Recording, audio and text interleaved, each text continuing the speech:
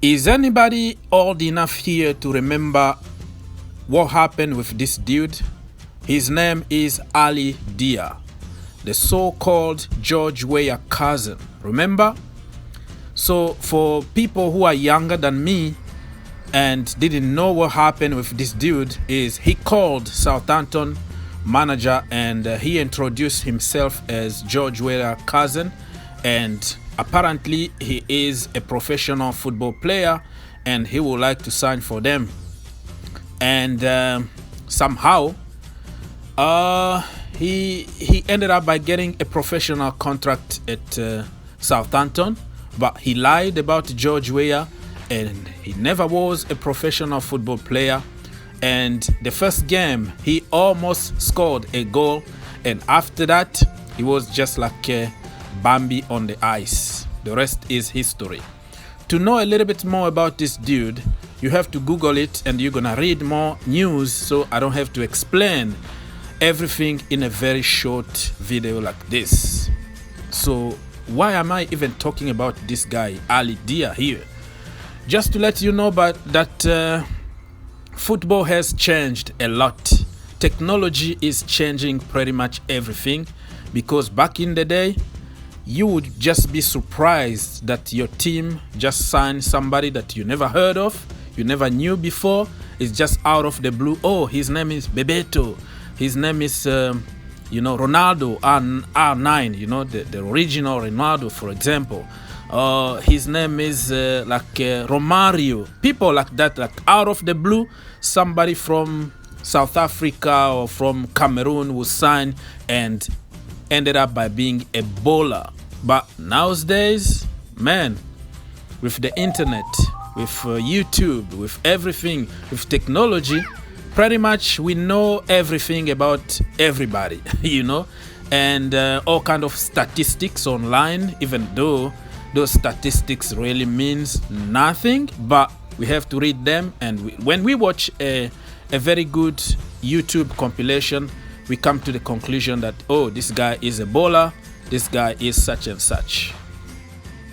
Okay, let's now talk about Arsenal transfer strategy, and bear with me here because it's gonna make sense. My intro, I started talking about a lot of nonsense at the beginning, but you will connect the dots about what am I about to say here if you think outside the box, right?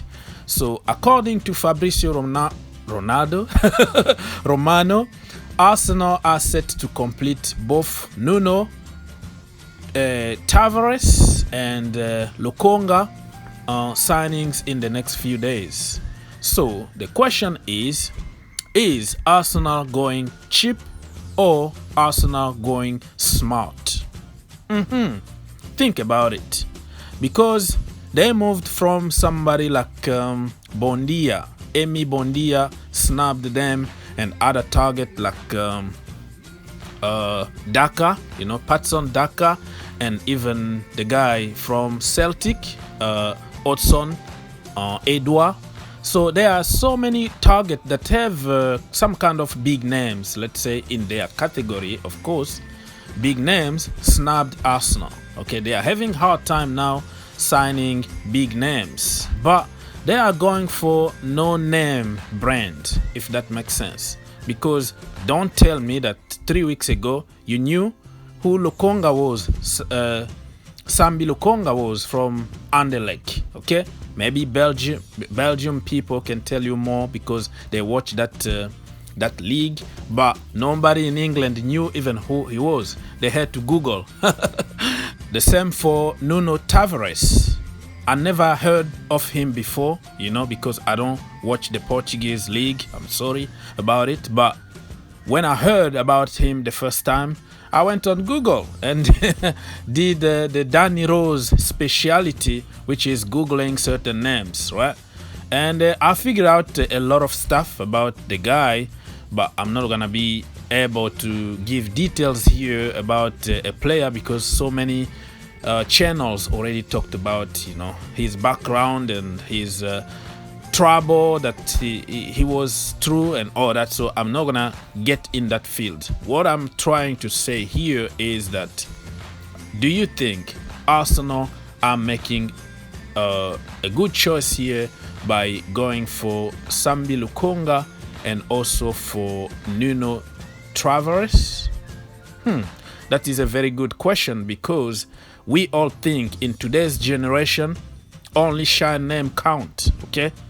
Only shine name, big names, but we forget sometimes that you need N'Golo Kante from the French second division, for example, to come to the Premier League and win the Premier League. You need Mahrez from the French second division. What I'm trying to say here is that you have to keep an open mind when it comes to transfer, you know?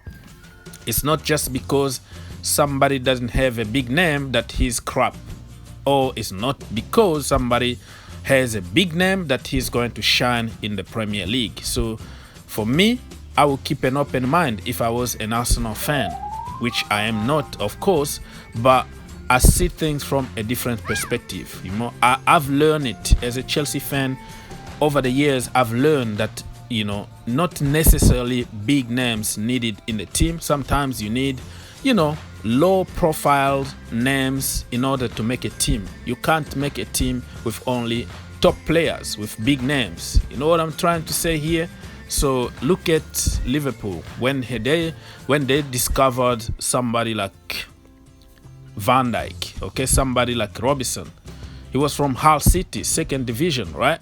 Somebody like Sadio Mane from Southampton. I remember back in the day, we were linked, like Chelsea were linked with Sadio Mane, and many Chelsea fans said, you know, he's not the Chelsea level.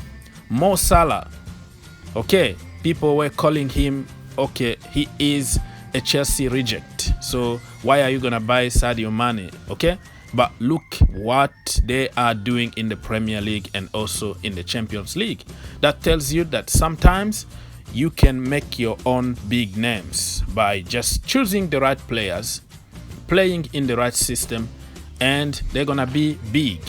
And I see Arsenal kind of following the Chelsea way. What I mean by the Chelsea way is just, remember a few years back when Emenalo was in charge at Chelsea Football Club, he used to detect those youngsters from the Belgium division, okay? Bring them in the Premier League, loan them out, and today we all know what happened to De Bruyne, Lukaku, let's say even Courtois. You know, so what I'm trying to say here is that Arsenal might be thinking, listen, we can't get those big names, but we can create our own big names. Let's go there, you know, in the lower division, whatever you want to call it, and pick up those players and make them big. They did it with Martinelli. Remember, he was like from Brazil 4th division or something. Look at the boy. Unfortunately, he's not given a chance. And then you can even say Guendouzi also. Guendouzi from the French second division. Unfortunately, he got, you know, a big head and he doesn't listen to people, and, you know, his attitude pretty much cost him his career at Arsenal. But look at what a player from the French second division. You know what I mean? So I think we have just to keep an open mind and give Arteta a chance and see how it's gonna be. They are not in any European competition next season, so they have time to prepare for the team for the entire week. They only have one game, so if they can't really finish top 4, I don't know if Arteta is going to keep the job. So